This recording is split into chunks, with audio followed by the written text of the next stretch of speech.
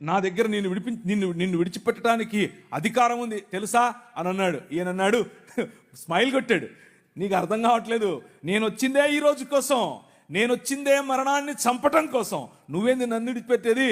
నేను ఇస్తే తప్ప అధికారం నీకు లేదు, పైనుంచి ఇస్తే తప్ప అధికారం నీకు లేదు, నేను పైనుంచి దిగి వచ్చిన వాడను, సమస్త రాజ్యాలను ఒక్క రాజ్యంగా చేయటానికి, సమస్త రాజ్యాలపైన ఏలుబడి చేస్తున్న మరణాన్ని చంపటానికి వచ్చాను.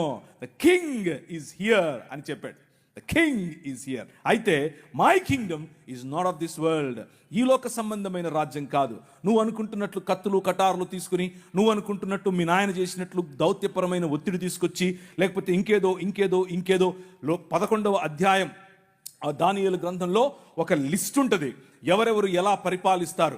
కొందరు దోపుడు సొమ్ము పంచడం ద్వారా పరిపాలిస్తారు, కొందరు కోయలిషన్ గవర్నమెంట్ ద్వారా పరిపాలిస్తారు, కొందరు ఇచ్చకపు మాటలతో పరిపాలిస్తారు, కొందరు ఇచ్చిపుచ్చుకోవటం ద్వారా పరిపాలిస్తారు, కొందరు కులం ద్వారా పరిపాలిస్తారు, కొందరు విభజించి పాలిస్తారు, కొందరు అనేకమైనటువంటి విగ్రహారాధన కారణం చేత పరిపాలిస్తారు. అలా పరిపాలించేవారు అనేకులు.